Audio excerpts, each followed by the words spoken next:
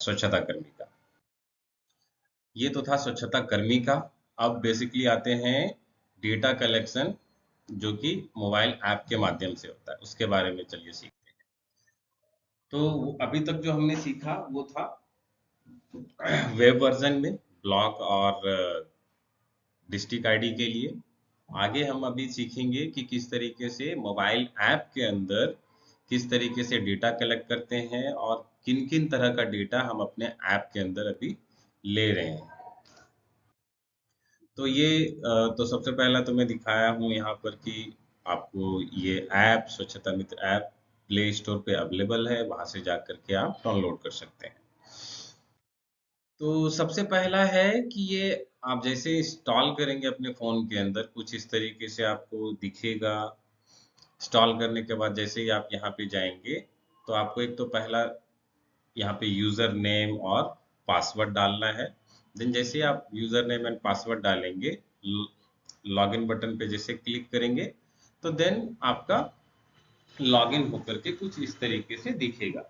तो यहाँ पे अगर आप देखेंगे तो क्या-क्या चीज़ें हैं, तो एक तो पहला है कि आपका नमस्कार दिखेगा, जो सैनिटेशन सुपरवाइजर का नाम है, उसका नाम दिखता है।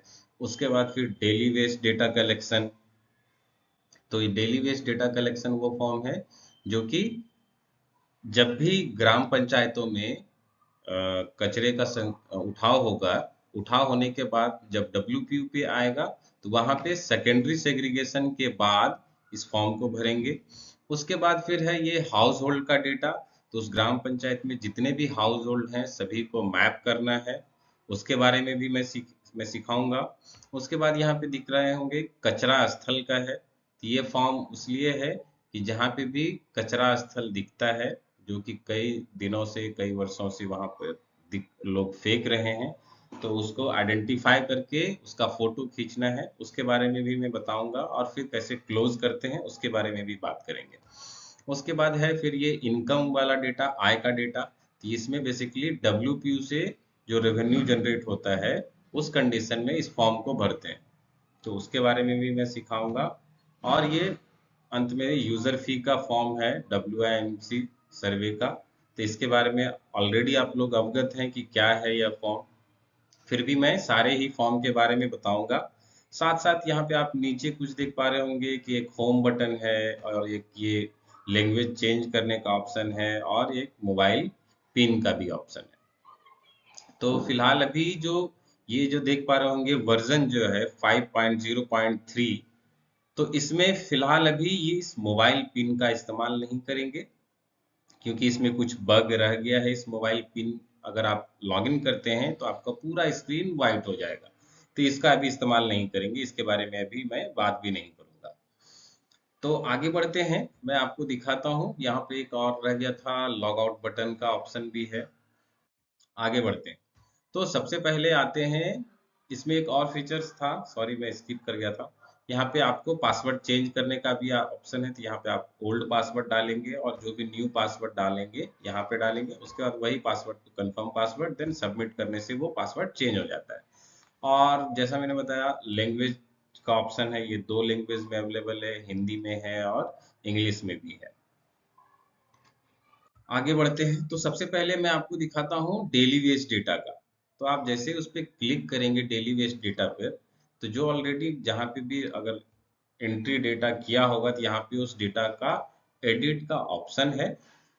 जब तक ये एडिट का ऑप्शन तभी तक रहेगा जब तक कि ब्लॉक के आईडी से या डेटा को अप्रूव नहीं किया गया है। और नए एंट्री के लिए ये आपको प्लस बटन पर जाना होगा। ये मैंने पहले भी बताया कि इस फॉर्म को तभी भरेंगे जबकि जो भी वेस्ट कलेक्शन है, वेस्ट कलेक्शन होकर के हमारे डब्ल्यूपीयू तक आ जाता है। उसके बाद वहां पर सेकेंडरी सेग्रीगेशन होता है, पृथक्करण होने के बाद ही इस फॉर्म को भरेंगे। इस फॉर्म को देखते हैं इसमें क्या क्या है। तो सबसे पहला तो आप देख पा रहे होंगे कि तारीख है, यहाँ पर जिस भी तारीख का में कलेक्शन हुआ है उस तारीख का चयन करेंगे, यहाँ पे आपको आपका नाम दिखेगा। उसके बाद पूछता है स्वच्छता कर्मी पुरुष ब्रैकेट में है और स्वच्छता कर्मी महिला ये भी ब्रैकेट में है। तो बेसिकली ये है कि उस दिन में जैसे कि 13 तारीख में कुल कितने पुरुष कर्मी मौजूद थे और कुल कितने कर्मी महिला उस दिन मौजूद थी। तो ये संख्या डालने के बाद फिर आता है कुल घरों की संख्या, कि मतलब उस ग्राम पंचायत में 13 तारीख के डेट में कुल कितने घरों से कचरे का उठाव किया गया। ठीक है। उसके बाद फिर पूछता है अपशिष्ट पृथक्करण, जैसे मैंने यहाँ पे डाला है कि 1025 घरों से ही कलेक्शन हुआ है। सॉरी। उसके बाद फिर है अपशिष्ट पृथक्करण। तो अपशिष्ट पृथक्करण वह है जो कि इन घरों का है। यहाँ पे आप ब्रैकेट में देख पा रहे होंगे घरों की संख्या लिखी हुई है, कि मतलब 1025 घरों में से अगर वेस्ट का कलेक्शन हुआ है तो उनमें से कुल ऐसे कितने घर हैं जो कि वो सेग्रीगेटेड वेस्ट देते हैं। क्योंकि हम लोगों ने क्या किया है, अपने अपने ग्राम पंचायतों में दो तरह के डस्टबिन का वितरण किया है, जिससे कि वो ठोस और तरल पदार्थ अलग अलग डब्बों में वो करके दे। तो उसी के लिए है कि कितने घर से सेग्रीगेटेड वेस्ट आ रहा है। उसके बाद है जैविक कचरा, बेसिक, और ब्रैकेट में देखेंगे कि किलोग्राम में है, सब में किलोग्राम है, इसमें भी किलोग्राम है, पॉलिथीन में भी किलोग्राम है। तो आपको ध्यान पूर्वक डालना है। अगर जैविक कचरा है तो यहाँ पर अगर जो 1 केजी है, 2 केजी है, वो तो सही है। यहाँ पे सीधा सिंपली 1 केजी है तो 1 लिखेंगे, 2 केजी है तो 2 लिखेंगे। लेकिन अगर हाफ केजी है तो उस कंडीशन में फिर प्रॉब्लम हो जाएगा। प्रॉब्लम इसलिए हो जाएगा कि लोग सोचेंगे कि बहुत जगह पे परेशानियां ये हो रही है कि लोग 500 ग्राम लिखना चाहते हैं तो सीधा 500 लिख देते हैं। लेकिन 500 लिखने के बाद क्या होता है कि यहाँ पे आप ब्रैकेट में देखिए किलोग्राम है, तो मतलब कि 500 केजी हो जाएगा। तो आपको क्या करना है कि यहाँ पर पॉइंट में लिखना है 0.5। ठीक है। इसी तरीके से आपको सभी का ऑप्शन, जितने भी ऑप्शंस हैं वेस्ट के, सब जगह उसी तरीके से किलोग्राम में आपको आंसर करना है। उसके बाद है अपशिष्ट कंपोस्टिंग, कि मतलब जितना भी जैविक कचरा आया उन जैविक कचरों में से कितना कंपोस्टिंग में चला गया। ठीक है। तो यहाँ पे जैसे डाला है मैंने कि 0, और अपशिष्ट कंपोस्टिंग में मैंने 2 डाल दिया, तो ये गलत है। क्योंकि यहाँ पे जब तक जैविक कचरा आया नहीं तो फिर मैंने कंपोस्टिंग में कैसे दिखाया कि यहाँ पे 2 केजी मैंने कंपोस्टिंग में डाल दिया। तो ये आपको ध्यान देना है कि जितने भी वेट वेस्ट आते हैं वो हमारे कहाँ पे जाते हैं, डब्ल्यूपीयू में बने नाडेप के अंदर। तो जो भी वेस्ट आए हैं उनमें से प्रयास करें कि हमारे अपशिष्ट वो जितने भी हैं वेट वेस्ट वो हमारे नाडेप में चले जाए, वो वेस्ट ना जाए। ठीक है। उसके बाद फिर पॉलीथीन है, पॉलीथीन भी, ये भी केजी में पूछ रहा है कितना केजी है। उसके बाद सिंगल यूज प्लास्टिक जिसको बोलते हैं, वो प्लास्टिक यहाँ पर मेंशन करेंगे कितना केजी आया। उसके बाद है एमएलपी, मल्टी लेयर प्लास्टिक, जो कि कुरकुरे चिप्स का जो प्लास्टिक आता है। ठीक है। तो वो पूछ रहा है एमएलपी कितना केजी आया। ठीक है। तो वो यहाँ पर दर्ज करेंगे केजी में। यहाँ पे देख पा रहे होंगे कि मैंने लिखा भी है पॉइंट दे करके, 0.5 करके मैंने लिखा है। उसके बाद फिर है दूध की थैली, ये भी किलोग्राम में पूछ रहा है। उसके बाद प्लास्टिक की बोतलें। उसके बाद कुछ और तरह के प्लास्टिक हैं तो यहाँ वो सारे अन्य प्लास्टिक में आ जाएंगे। फिर कागज है, गत्ता है जो कूट जिसको बोलते हैं। उसके बाद कांच है। उसके बाद लोहा है, एल्यूमिनियम है, और उसके अलावे अभी अगर कुछ है अन्य धातुएं हैं। ठीक है। तो ये आपको ध्यान पूर्वक सारे ही चीजें किलोग्राम में आपको दर्ज करनी है। मैं बार बार दोहरा रहा हूँ कि आपको आंसर जो करना है, जितने भी वेस्ट हैं वो सारे के सारे किलोग्राम में पूछे जा रहे हैं। तो आप हाफ केजी, 250 ग्राम या 100 ग्राम डालने से पहले ध्यान पूर्वक देख लें कि आप 100 लिख रहे हैं तो 100 केजी हो जाएगा। ठीक है। उसके बाद फिर आता है एकत्रित सूखा कचरा किलोग्राम में। तो ये आपका टोटल सम होकर के चला आएगा, जितना भी है मैंने दर्ज किया है। जैसे यहाँ पे आप देख पा रहे होंगे 5.56 करके किलोग्राम आया। ठीक है। ये ऑटो कैलकुलेशन होता है। उसके बाद आता है लैंडफिल लास्ट में। लैंडफिल में आपको वह चीजें हैं कि जो हमारे उपयोग में नहीं आया, उसके बाद उसको हम क्या करते हैं, भूमि भरण के लिए डाल देते हैं, भूमि भरण में डाल देते हैं। ठीक है। तो वही लैंडफिल है। तो वो कितना केजी हमारा वेस्ट जो कलेक्शन हुआ है वो कितना केजी हम लोग लैंडफिल में डालें, भूमि भरण में दे दिए, तो वो कितना केजी गया। उसके बाद सबमिट बटन पे क्लिक करेंगे। ये आपको ध्यान पूर्वक भरना है।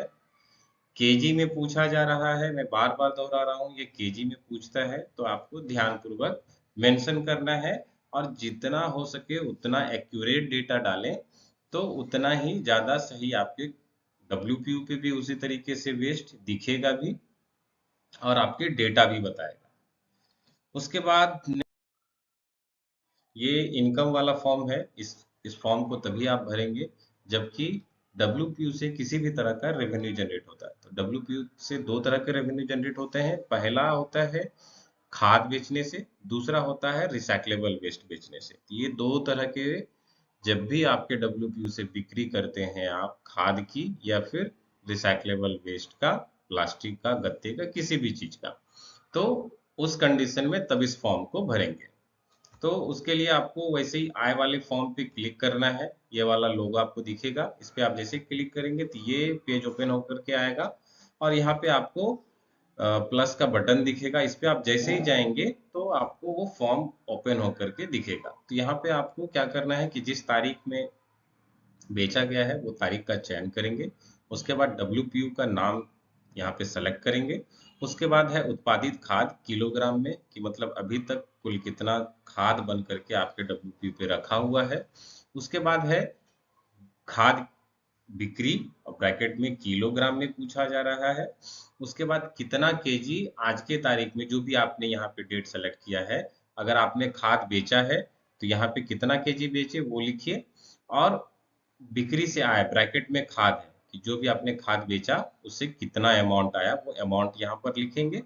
उसके बाद है बिक्री से आए, तो यहाँ पे रिसाइक्लेबल वेस्ट जो भी तरह का आप बेचते हैं, चाहे प्लास्टिक बेचें, चाहे गत्ता बेचें, या जो भी बेचते हैं, तो यहाँ पर सीधा अमाउंट चला आएगा। यहाँ पे कितना केजी में नहीं पूछ रहा है, सीधा अमाउंट यहाँ पे आएगा।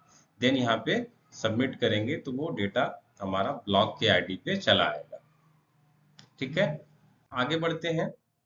आगे बढ़ते ये है पारिवारिक विश्लेषण का डेटा, हाउस होल्ड का डेटा, जो कि ग्राम पंचायत के अंदर जितने भी हाउस होल्ड है उन तमाम हाउस होल्ड का हम लोग एक बार सर्वे करेंगे।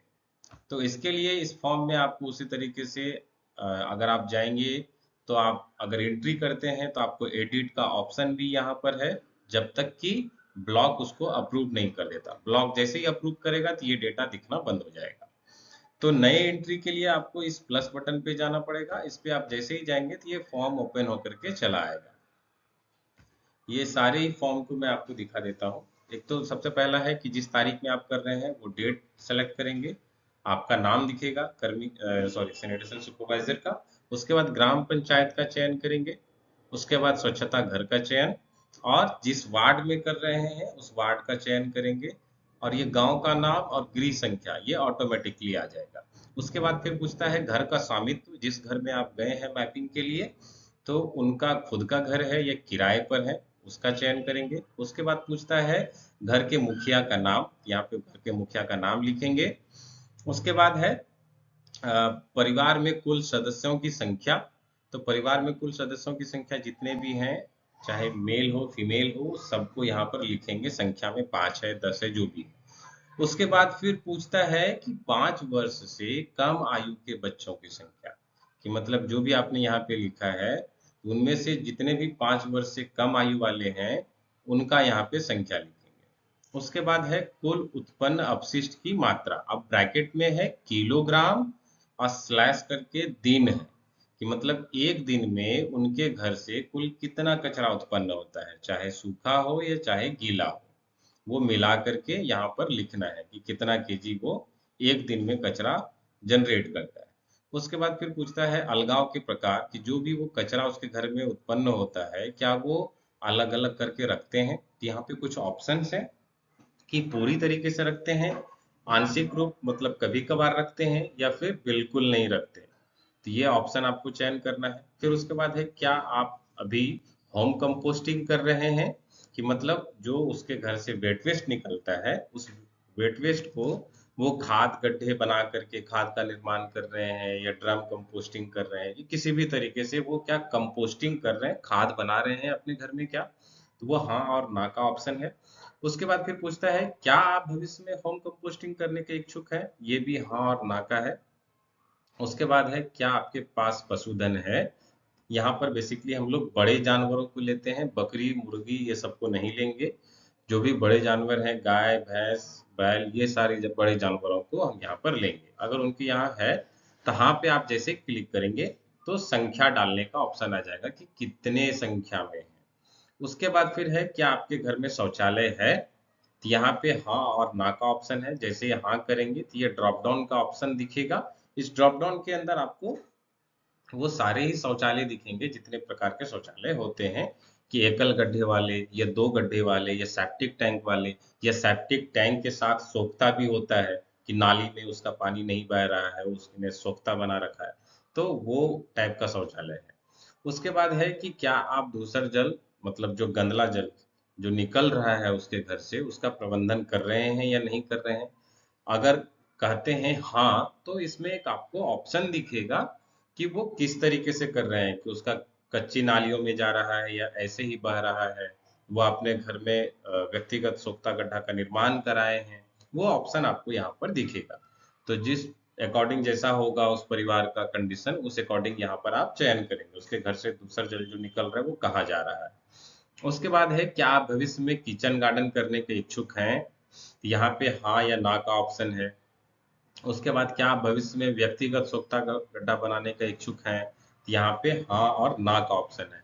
यहाँ पे एक चीजें क्या है कि अगर आप यहाँ पर चयन करते हैं कि आप अपने घर में किचन गार्डन बनाने के लिए इच्छुक हैं, तो ऑटोमेटिकली यहाँ पर सॉरी, यहाँ पे जैसे है ना, पहला क्वेश्चन क्या आप दूसर जल गंदला जल का प्रबंधन करते हैं, हाँ। और अगर वो आप सेलेक्ट कर लेते हैं कि उसमें एक ऑप्शन भी है, ये दोनों ही ऑप्शन, कि किचन गार्डन का भी ऑप्शन है और व्यक्तिगत सोख्ता गड्ढा का भी, अगर जैसे ही यहाँ पे आप अगर किसी एक का चयन कर लेते हैं तो एक यहाँ से क्वेश्चन स्किप हो जाता है। उसके बाद यहाँ पे है उपयोगकर्ता शुल्क, और ब्रैकेट में है रुपया/महीना। तो इस क्वेश्चन को लेकर के बहुत सारे लोग कंफ्यूज हो जाते हैं कि शायद यही यूजर चार्जेस वाला फॉर्म है। तो ये यूजर चार्जेस वाला फॉर्म नहीं है, ये आपको हमेशा ध्यान रखना है, ये हाउस होल्ड सर्वे का फॉर्म है। तो यहाँ पर ये एक सिर्फ सवाल है कि जब उनके ग्राम पंचायतों से रेगुलर रूप से कचरे का उठाव होगा तो वो कितना रुपया तक देंगे। तो सरकार का तो है कि भाई 30 रुपया देना है, तो वो कितना तक सक्षम है देंगे, तो यहाँ पर वो अमाउंट लिख करके सबमिट पे क्लिक करना है। तो ये था पारिवारिक विश्लेषण का डेटा। उसके बाद आते हैं वार्ड कार्यान्वयन एवं प्रबंधन समिति का, जो कि यूजर चार्जेस वाला फॉर्म है। सेम उसी तरीके से यहाँ पे भी आपको प्लस बटन दिखता है, प्लस बटन पे आप जैसे क्लिक करेंगे ये फॉर्म ओपन होकर के चला आएगा। यहाँ पे आपको WIMC बैठक की तिथि, यहाँ पे हम अक्सर लोग गड़बड़ियां कर रहे हैं, बहुत जिलों से फोन आ रहा है कि हमारे ग्राम जिलों में या फिर हमारे ब्लॉक में इस महीने इतना कलेक्शन हुआ है लेकिन हमारा रिपोर्ट नहीं दिख रहा है उस तरीके से। तो यहाँ पे आपको ध्यान ये रखना है कि जब भी आप एंट्री करते हैं, एंट्री करते वक्त ये ध्यान दें कि यहाँ पर कौन सा तारीख का आप चयन कर रहे हैं। जिस तारीख का आप चयन करेंगे उसी महीने में वो डेटा रिफ्लेक्ट होगा। तो आपको ये ध्यानपूर्वक चयन करना है, जिस महीने का कलेक्शन हो उसी महीने का ही कोई तारीख का चयन करेंगे। उसके बाद ग्राम पंचायत, फिर वार्ड है, ये पता है कि ये जब तक कि कंप्लीट नहीं हो जाता है उस वार्ड का कलेक्शन तब तक इस फॉर्म को नहीं भरा जाता है। लेकिन करंट सिनारियो ये है कि आप लोग रोजाना भरते हैं, तो रोजाना भी अगर भरते हैं तो पूरे दिन के कलेक्शन के बाद तभी आप जो है कि यहाँ पर इसका एंट्री करें। ठीक है, तो यहाँ पे वार्ड का चयन करेंगे। उसके बाद है कुल घरों की संख्या, कि इस वार्ड में कुल कितने घर हैं, उसकी संख्या यहाँ पे दर्ज करेंगे। उसके बाद पूछता है अपशिष्ट पृथककरण करने वाले घरों की संख्या, कि जो भी हाउस होल्ड है उनमें से कुल कितने हाउस होल्ड है जो कि अलग अलग कचरा करके रख देते हैं, उतने घरों की संख्या यहाँ पे लिखेंगे। उसके बाद है एकत्र उपयोग करता शुल्क, की मतलब कितना अमाउंट आपने कलेक्ट किया है, वो अमाउंट इसमें चले आएगा, क्योंकि देखिए ब्रैकेट में रुपीज लिखा हुआ है। उसके बाद है उपयोगकर्ता शुल्क, और ब्रैकेट में घर की संख्या, कि ये मतलब ये जो भी आपने अमाउंट यहाँ पे लिखा तो कुल कितने घरों से आया, तो वो संख्या यहाँ पर लिखेंगे। ठीक है, उसके बाद है स्वच्छता कर्मी को वेतन दिया गया, अगर आपको जानकारी है तो लिखिए, अन्यथा मत लिखिए। ये इसलिए मैं कह रहा हूँ क्योंकि अगर आप रोजाना एंट्री कर रहे हैं और आप यहाँ पे दे दिए कि हाँ उसको वेतन तो मिला, फॉर एग्जाम्पल नवंबर मंथ का अगर आप एंट्री कर रहे हैं तो यहाँ पे तो आप डेली एंट्री कर रहे हैं, तो यहाँ पे अगर आप 3,000 लिख देते हैं तो आप जितना बार एंट्री कर रहे हैं उतना बार 3,000 लिख रहे हैं। अगर पूरे महीने का आपने 10 एंट्री किया तो उसको कुल कितना अमाउंट चला जाएगा। तो इसलिए आप ध्यान पूर्वक ये चीज डालें, अन्यथा जीरो डालें और ब्लॉक कोऑर्डिनेटर से कह दें अंत में कि हाँ उनको मिला है, तो वो किसी एक फॉर्म में जाकर के अपडेट कर देंगे। उसके बाद है क्या स्वच्छता कर्मी नियमित है, हाँ या ना।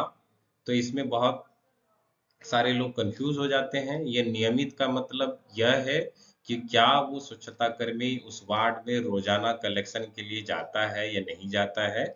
तो उसका हाँ और ना का ऑप्शन है। उसके बाद जमा बटन पे क्लिक करेंगे तो वो फॉर्म सबमिट हो जाएगा।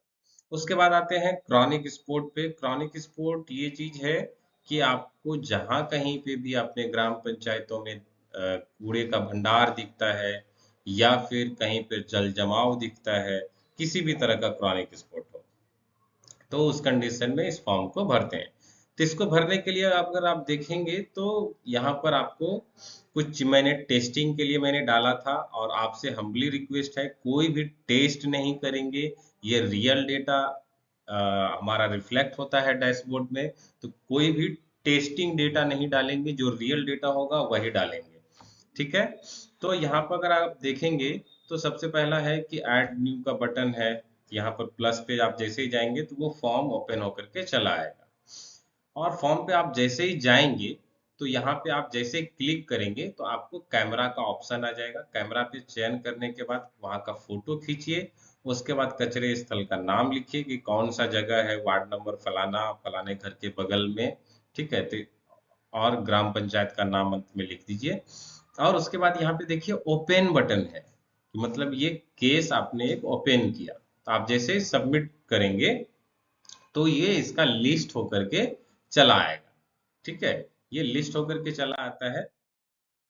तो ये लिस्ट को जब चला आएगा तो यहाँ पे देखिए आपको क्लोज का ऑप्शन दिखता है, कि मतलब ये है कि जब आपने इस आइडेंटिफाई किया है उस कचरे स्थल को, तो उसको क्लोज भी करना है, कि मतलब वहां की साफ सफाई करा करके फिर से दूसरा फोटो लेकर के उसी जगह का, उसके बाद फिर आपको सबमिट करना है, तभी वो केस क्लोज होगा। नहीं तो वो हमेशा दिखता रहेगा कि वो जितना दिन आप डिले करेंगे उतना दिन इसमें रिफ्लेक्ट होता चला जाता है कि कुल कितने दिनों से अभी तक उस कचरे का उठाव नहीं हुआ है। ठीक है। तो क्लोजिंग के लिए हमें क्लोज बटन पर क्लिक करेंगे। क्लोज बटन पे क्लिक करेंगे तो सिंपली उसी तरीके से फॉर्म आपको दिखेगा। यहाँ पर आपको साफ किए गए क्रॉनिक स्पॉट का फोटो अपलोड करना है। इस पे आप जैसे क्लिक करेंगे तो आपको कैमरा का ऑप्शन आ जाता है। उसके बाद फिर उस फोटो का वहां का कैप्चर करेंगे और लास्ट में टिप्पणी मतलब रिमार्क्स लिखेंगे कि इतने दिन से क्यों फेंका गया था, या फिर किनके किनके साथ आपने सफाई करी। ठीक है। वो सारी ही चीजें यहाँ पर आप मेंशन कर सकते हैं। उसके बाद फिर हम लोग आगे बढ़ते हैं। ये तो था, मैंने दिखा दिया। एक तो पहला वेब वर्जन से हम लोगों ने शुरू किया, उसके बाद डेटा क्या क्या कलेक्शन करते हैं वो भी हम लोगों ने सीखा। अंत में एक चीजें मैं आपको दिखा देता हूँ कि डेटा कैसे वेरीफाई करते हैं ब्लॉक के आईडी से। तो सिंपली आप जब लॉगिन करते हैं तो आपको ये अप्रूव के अंदर जाना होता है।